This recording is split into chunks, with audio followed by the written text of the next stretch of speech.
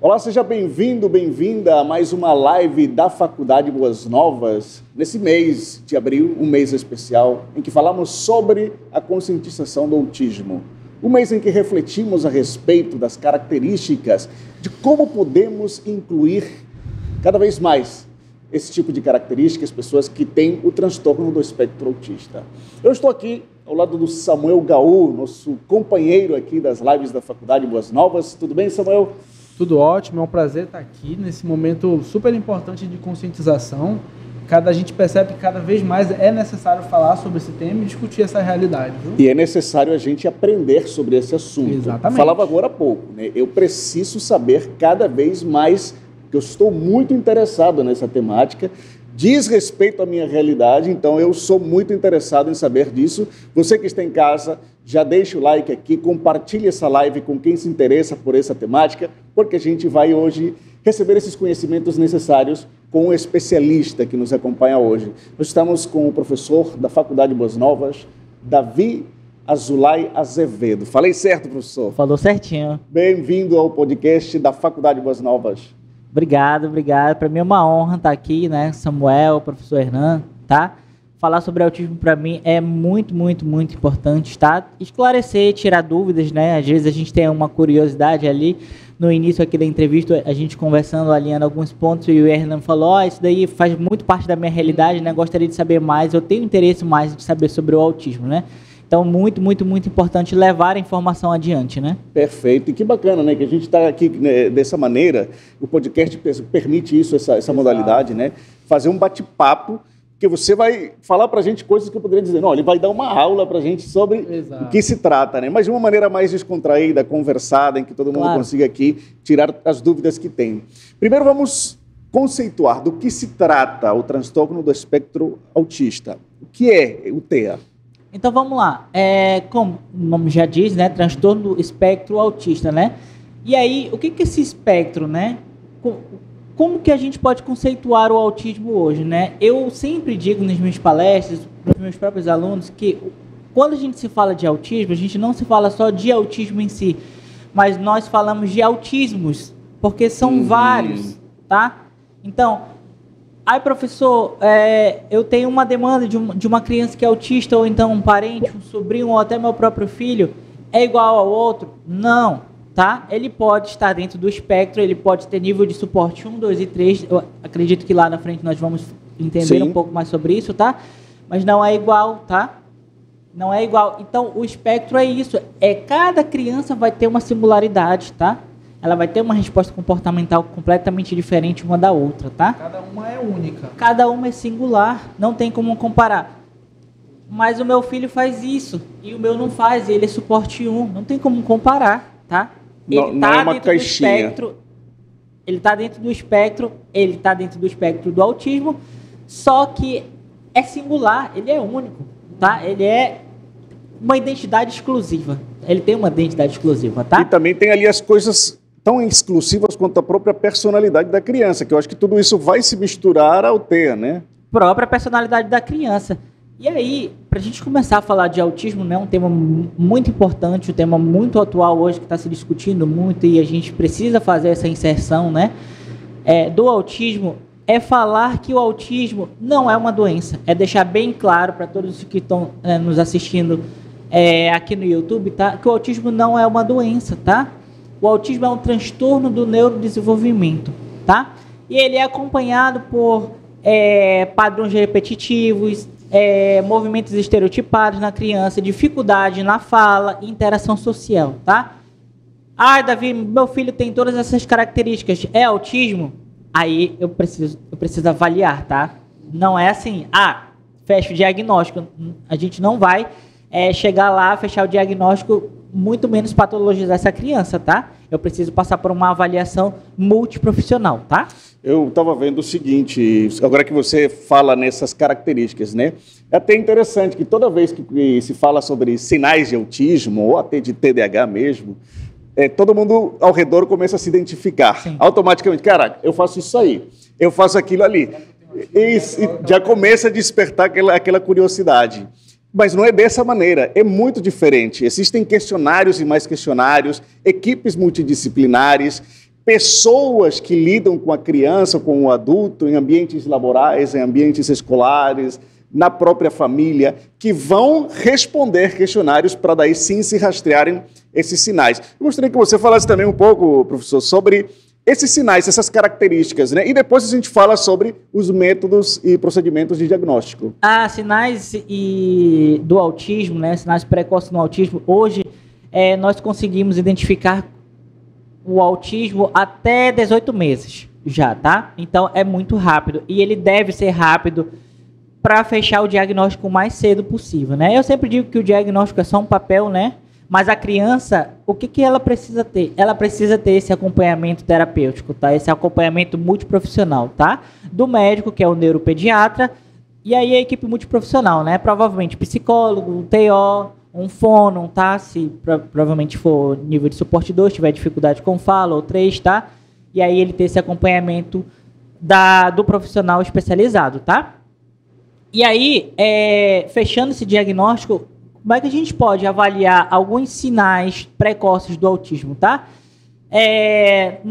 A criança não faz contato com os olhos diretamente, você Contato chama, visual. muitas vezes ela não te responde, ela não vai olhar, né? Por exemplo, Maria, né? Maria, papai tá chamando. E a criança não te responde, né? Ela não tem aquela resposta imediata, né? E aí, outros sinais, tá? Movimentos estereotipados, né? Ecolalias, por exemplo, você fala, como é ecolalia? Um movimento, uma fala repetida, tá? Ela vai, como se ela desse um Ctrl+C, Ctrl+V, tá? Maria, pega água, ela vai falar, Maria, pega água. Maria, pega água, tá? Ela não tem uma funcionalidade aqui, tá? Maria, pega água, traz aqui pro papai. Ela não vai conseguir desenvolver essa funcionalidade, entendeu? E aí, movimentos estereotipados, né? Algumas crianças autistas, principalmente quando tem hipersensibilidade com barulho, elas... Eu acredito que muitos aqui já viram, né? Elas colocam, assim, a mão aqui, né? Para não ter... Sim. E é muito bom falar sobre isso, porque propriamente conscientizar os pais, né? Porque o que acontece? Às vezes... a criança está dentro do espectro, né? Muitas vezes a criança, como eu falei, ela está dentro do espectro, mas cada um tem sua singularidade. Meu filho tem hipersensibilidade com som, mas o meu, que é o mesmo nível de suporte, não tem, tá? Eu preciso me atentar a essas diferenciações. E aí tem casos assim, por exemplo, a criança tem hipersensibilidade, ela trabalha com os fones de ouvido, que são os abafadores, né? Que são muito legais, eu recomendo muito. E aí o que acontece? A gente vai comemorar o parabéns hoje da Maria. Aí faz aquele barulhão e ele sabe que a criança tem hipersensibilidade, tá? E aí eu sempre digo, gente, não faz barulho, tá? Faz o parabéns, mas sem palmas, sem fazer barulho. Customiza, tá? Esse parabéns. Customiza, né? Muito legal, né? Uma outra coisa, professor, normalmente a gente percebe em filmes também que às vezes eles não gostam de contato físico. Às vezes a pessoa chega para abraçar o filho e a criança rejeita. Essa criança não gosta de mim. Não é necessariamente isso. Não rejeita ou não corresponde, né?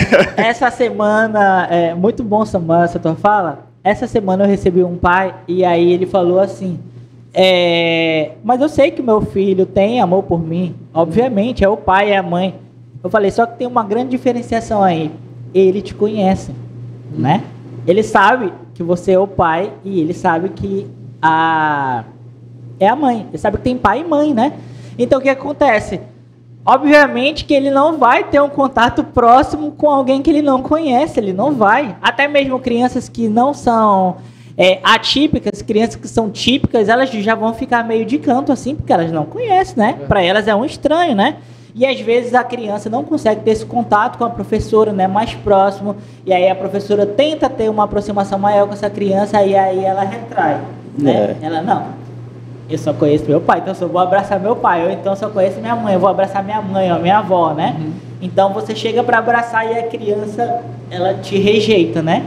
Mas faz parte do espectro, tá? Professor, mas é regra de fato para todos? Não, não é. tem crianças dentro do espectro que são super amorosas e gostam, inclusive, de abraços, né? Gosta do contato físico, né? Gosta daquela proximidade.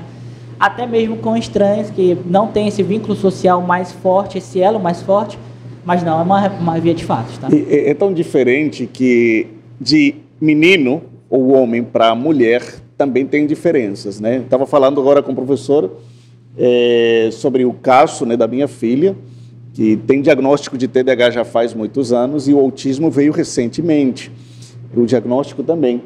Porque na menina, ao que parece, o que a neurologista, a terapia ocupacional terapista, a fonoaudióloga acabam nos dizendo, é que na menina, porque ela tem características de mulher que gosta um pouco mais de afeto do pai e da mãe, tem um pouco mais de diálogo, isso acaba retrasando o diagnóstico do autismo, né? Então, lamentavelmente, demorou muito para a gente também saber que ela tinha autismo, mas uma coisa que ficou para mim durante todo esse processo é que mais importante do que o diagnóstico é você ter a suspeita e iniciar o acompanhamento com a equipe multidisciplinar, porque não é uma dor de cabeça, não é uma dor de dente que você dá um remédio e passa, que não é doença.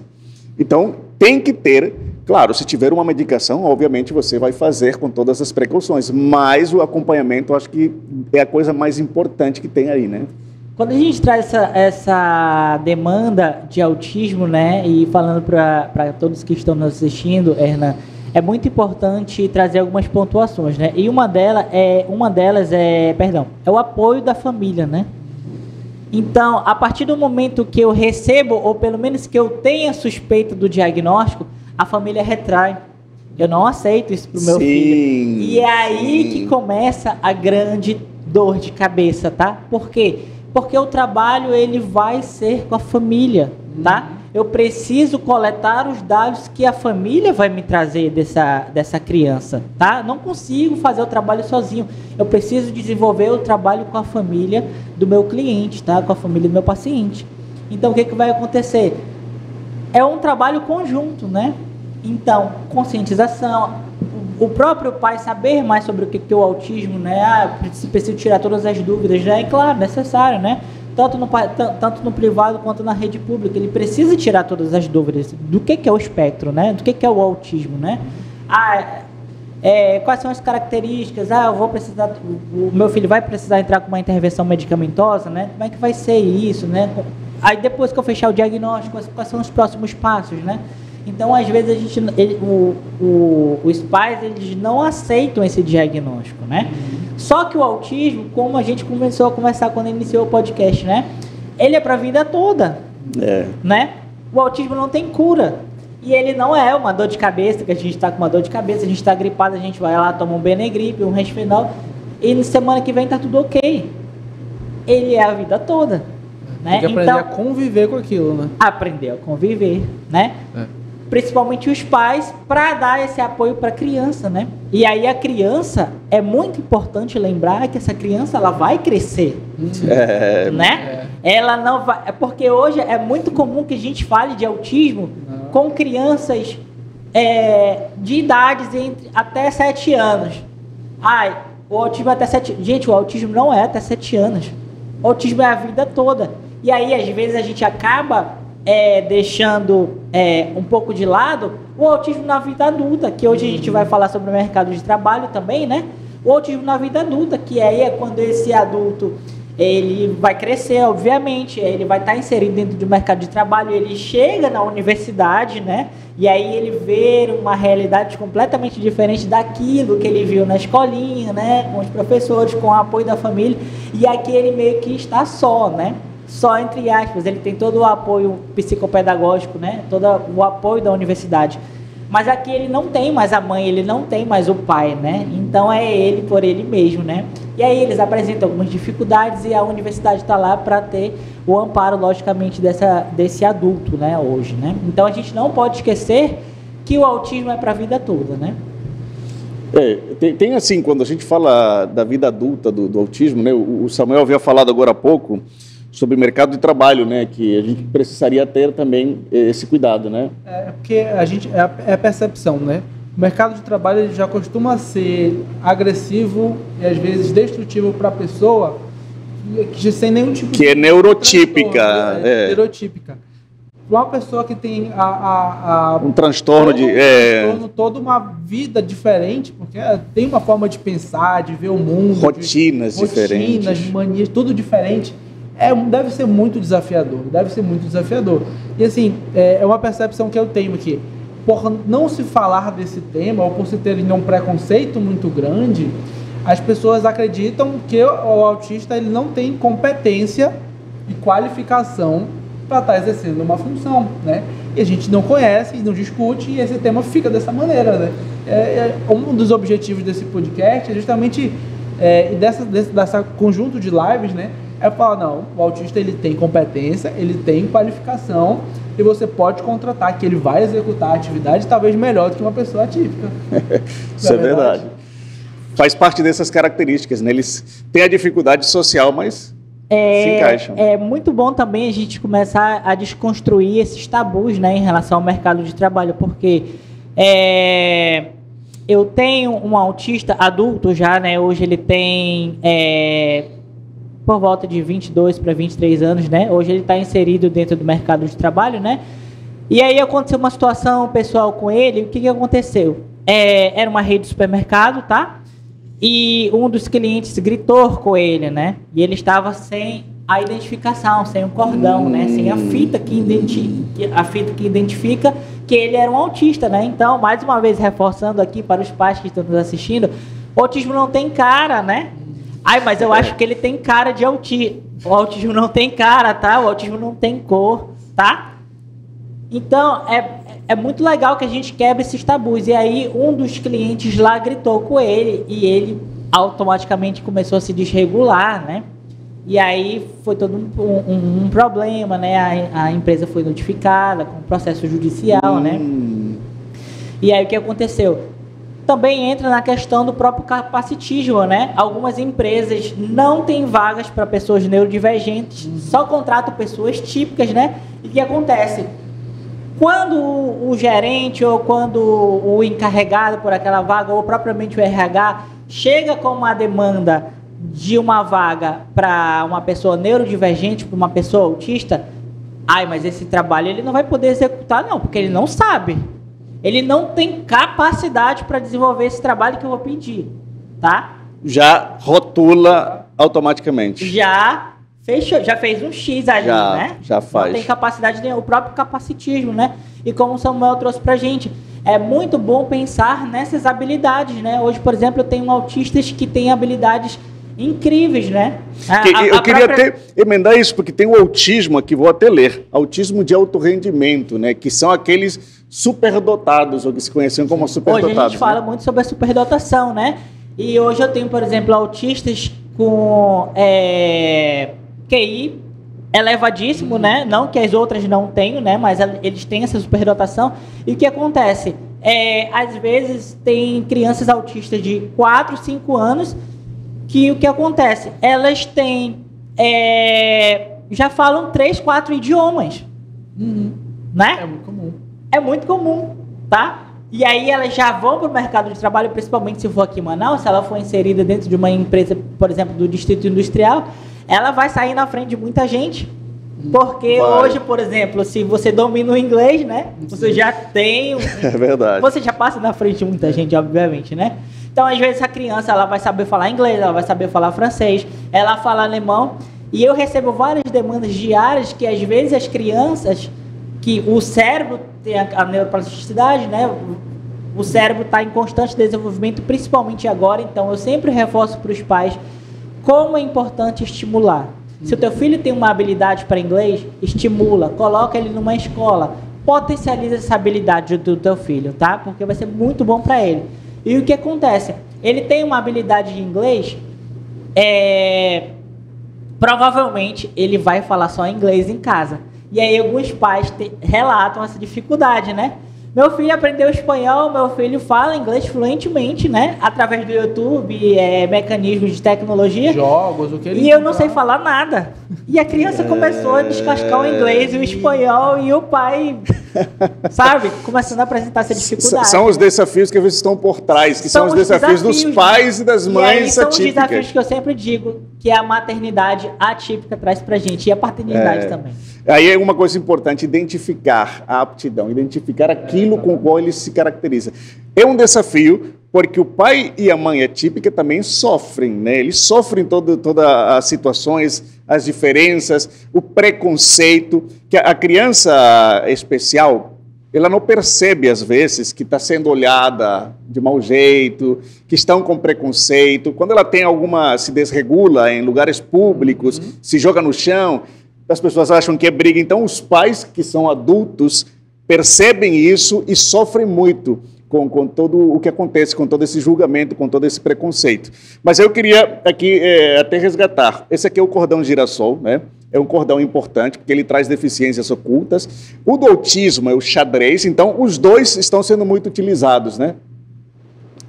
Você poderia explicar um pouco sobre esses cordões? Você já disse um pouco, né? Mas para que serviria? Por que é importante utilizar? Porque é importante que as pessoas saibam que você tem autismo, para que elas entendam que algumas atitudes que você vai tomar serão pautadas em cima da sua característica, né?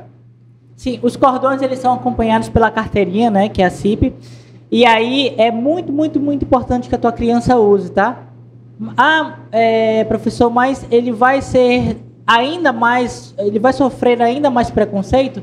Não, as pessoas já vão entender. Hoje a gente já tem mais ainda tem muito tabu, né? Ainda tem muito preconceito. Tem muito tabu. Mas eu não usar é pior, né? É aquele caso que eu trouxe para vocês lá da nossa hoje adulto, né? Um autista adulto.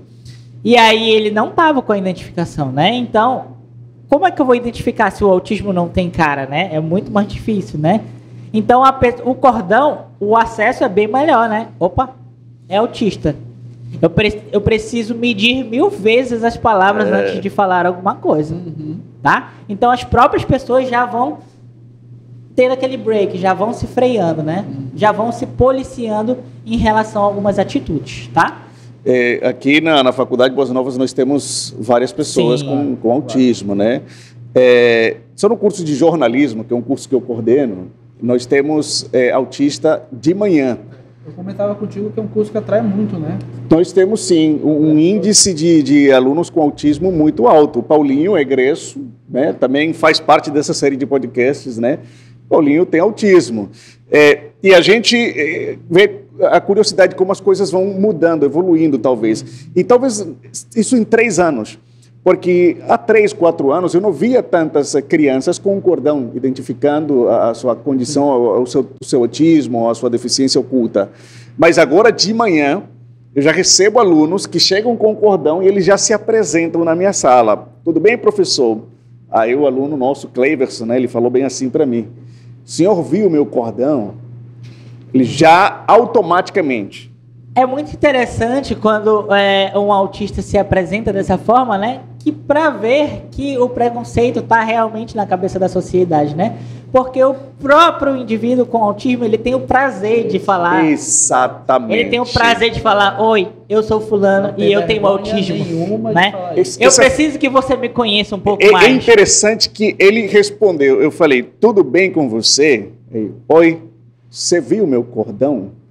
Automaticamente ele já se identificou. Aí eu disse, claro que percebi o seu cordão. Tudo bem com você? Me explique o que estressa você, como você gosta das aulas e tal. Aí ele foi me dizer que ele tem as situações do barulho, que ele se desconcentra facilmente quando os alunos estão conversando. Então a gente foi lá mapeando e já estamos começando a entender, que estamos aí com 2 meses de aula, né? A gente está começando a entender de que maneira oferece uma aula com condições de ele exercer o máximo, porque ele é muito inteligente.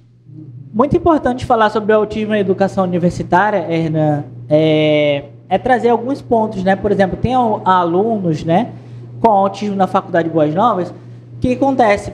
Eles ficam desregulados a aula inteira. Então, eles ficam de um lado para o outro na sala, de um lado para o outro, de um lado para o outro.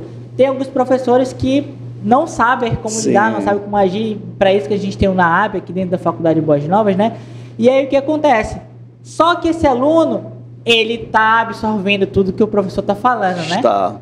Então, eu vou ser aversivo e deixar aquele aluno no canto? Não, preciso incluir. Só que naquele momento ele não quer ser incluído, né? Ele precisa se autorregular, por isso que ele está indo de um canto para o outro da sala, né? Precisa de espaço. E aí na prova o que acontece, Samuel? É 10. Porque ele sabe tudo que falou. É verdade. É 10. Exatamente. É 10. Tem uma memória, uma capacidade cognitiva fotográfica, né? E é impressionante como a cognição do autismo é super elevada, porque acontece casos que o aluno, por alguma eventualidade, às vezes falta aí por volta de, vamos colocar 30 dias, né? Um mês de aula. E ele consegue fazer uma prova perfeitamente com uma aula, né? Claro que não é via de regra, né? A gente tem os níveis de suporte, às vezes a comunicação, ela não, às vezes a gente tem aluno não verbal, né? E aí é uma outra demanda, é uma outra dinâmica, tanto de prova, de trabalhos, né? A gente precisa realmente ter esse olhar mais diferenciado com aquele adulto, ou a criança, né? No caso. Criança, dependendo do seu nível de suporte, né? Que lembrando, são 3 níveis de suporte, né? Exato. Nível de suporte 1, que é o considerado aquele que é até mais difícil de diagnosticar às vezes, porque ele não tem tantas características ou tantos sinais evidentes, né? Nível de suporte 2, que já precisa de alguma intervenção, né? De alguma intervenção não, eu diria de algum apoio a mais. De um apoio a mais, né? E o nível de suporte 3, que aí a gente enquadra aqueles casos que você já precisa de um suporte constante para todas as atividades básicas. Muito, né? muito. A criança, ela é prejudicada basicamente em 100% do seu convívio social, né? Então, ela vai precisar provavelmente de uma intervenção medicamentosa, né? Ela vai precisar de um apoio interdisciplinar. Tutor em sala, né?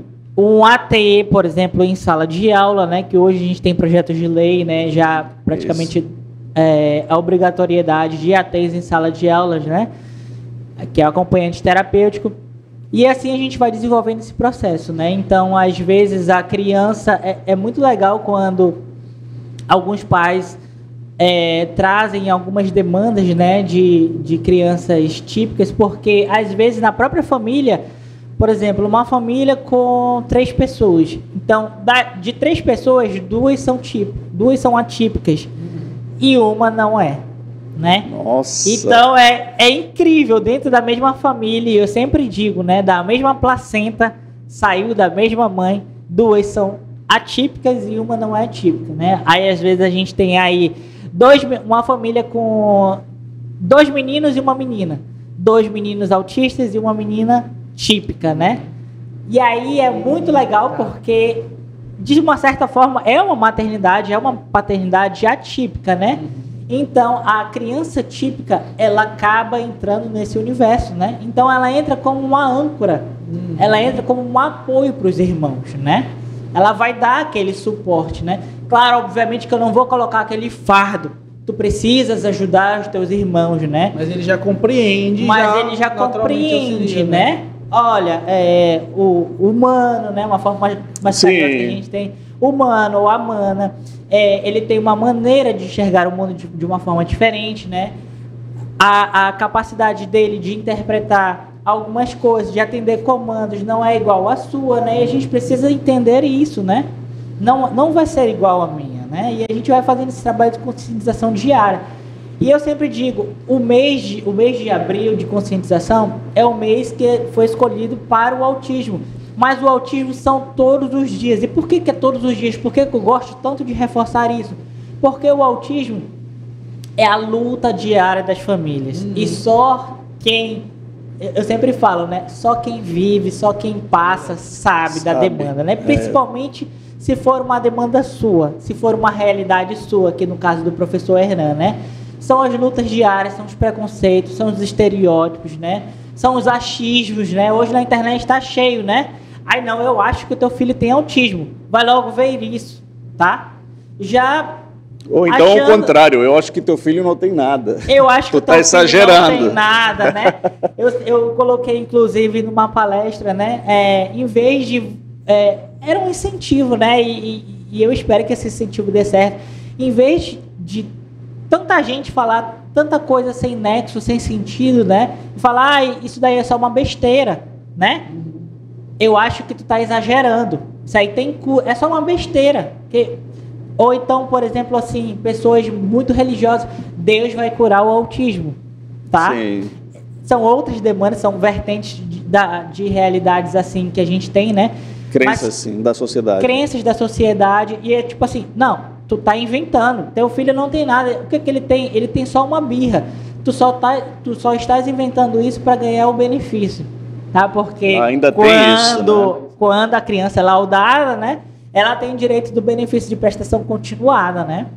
E aí ela vai passar pelo INSS, né? Pelo perito do INSS, e ainda vai saber se a criança vai ter o direito concedido ou não, tá? Também vai implicar uma condição socioeconômica da família, exatamente. né? Às vezes a criança atende todos os critérios, né? Ela foi diagnosticada com autismo, mas a demanda social dela não atende esse critério, né?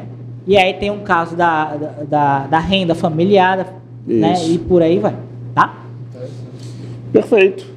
Eu tava, só para finalizar aqui, eu estava me recordando de alguns casos que a gente que eu já acompanho ao longo dos últimos anos, acho que talvez o mais emblemático, aí o professor, se eu estiver errado, me corrija. Mas tu lembras que muito se falou, se especulou que o Einstein ele tinha muitos traços do autismo. A mente mais brilhante que a humanidade já conseguiu dar origem era um autista. Até hoje se comprovam teorias que ele falou, coisas que ele disse, cálculos que ele fazia de cabeça. É uma pessoa que todo mundo se espelha quando se fala de capacidade, de inteligência, e ao que tudo indica, pelo que eu já tenho lido, se o professor se discorda de mim, era uma pessoa que tinha um espectro autista, né? É uma curiosidade assim, super interessante. Você vê que a gente ainda pode aprender muito com essas pessoas, né? Nós em todos os sentidos. Temos muito a aprender. Isso aí, eu acho que tem uma característica do hiperfoco, que quase eles todos vão ter um hiperfoco. A minha filha é uma coisa impressionante. Minha filha lembra das datas de aniversário, ela lembra do nome de todo mundo, da família.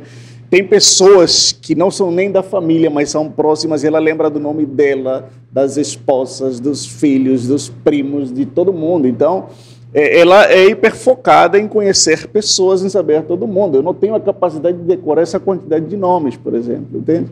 Então, e isso se aplica a tudo. No caso do Einstein, se tivesse aí o autismo, os cálculos. Mas no caso mais próximo que nós temos aqui da Faculdade Boas Novas, o Paulinho, que trabalha com a gente, tem autismo, se formou aqui na Faculdade Boas Novas, tive a oportunidade, eu diria a honra de ser professor do Paulo durante 3, 4 anos. E o Paulo decorava-se aquilo que você disse, às vezes estava desregulado, ele ficava a aula toda caminhando. Mas eu errava uma data e ele automaticamente me corrigia, porque ele sabia o que eu havia dito no início, entende? Ele sabia todo o conteúdo, conseguia entender direito, ele apenas estava se concentrando daquela maneira que ele fazia, andando na sala. Não, Samuel, isso foi dito dia tal, hora tal, no lugar tal. Exatamente. Então, é um universo maravilhoso, professor, eu gostaria de lhe agradecer, né? Até porque você aqui na Faculdade de Boas Novas tem também, é coordenador de um projeto de iniciação científica que pesquisa o autismo. Então, não apenas você domina o assunto, mas você está espalhando isso. Tem 10 alunos, que são alunos de iniciação científica, que estão produzindo trabalhos acadêmicos, papers, em cima dessa temática. Então, são mais 10 profissionais qualificados, entusiastas dessa área, que vão com certeza nos beneficiar muito, professor. Então, obrigado. Nada, eu agradeço a oportunidade, agradeço à Faculdade Boas Novas pela oportunidade, ao professor Hernan e Samuel. Muito obrigado, viu? Obrigado aí, Samuel. Obrigado, professor. Eu estava lembrando de uma fala que tu disseste no começo, né, quando a gente estava conversando aqui antes. Existem profissionais capacitados, mas são tão poucos que não é suficiente, né? Então existe um mercado de trabalho gigante para trabalhar com esse público, e fica a dica para os alunos da psicologia, da pedagogia, da Faculdade de Boas Novas, e quem nos assistir, é uma área que carece de profissionais e com urgência, para ontem, né? Para ontem. A gente gosta de falar. Professor, foi um prazer conversar com o senhor, espero você nas próximas oportunidades também. Perfeito. Muito obrigado, gente. Para vocês, compartilhem essa live. Se vocês conhecem uma mãe, um pai, uma avó atípica, compartilhe essa live, que vai ser muito importante, vai ser esclarecedora demais. Você vai ajudar a Faculdade de Boas Novas também. Então, até a próxima. Tchau, tchau. Tchau, obrigado, viu?